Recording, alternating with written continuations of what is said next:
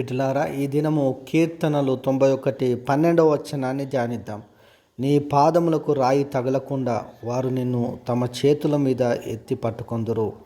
దేవునికి మహిమ కలుగునుగాక.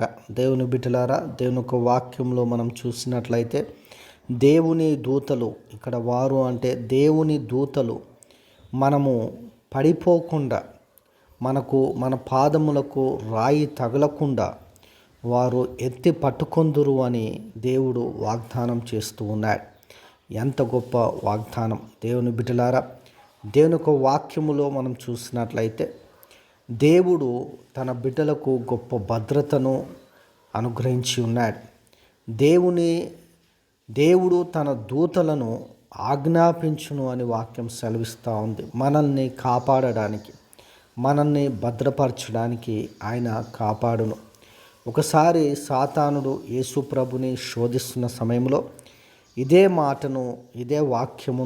మాటను పట్టుకొని ఆయనను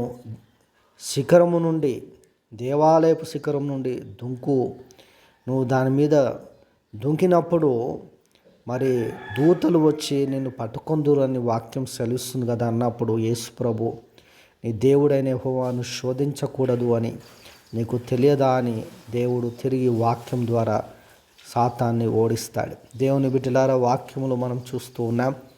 ఇక్కడ ఉన్న సందర్భంలో మనం చూస్తూ ఉన్నాం ఏంటంటే దేవుడు మనల్ని కాపాడడానికి, భద్రపరచడానికి తన దూతలను నియమించినాడని మనం చూస్తున్నాం. అట్టి కాపుదల మనకును మన కుటుంబాలకును దేవుడు అనుగ్రహించునుగాక.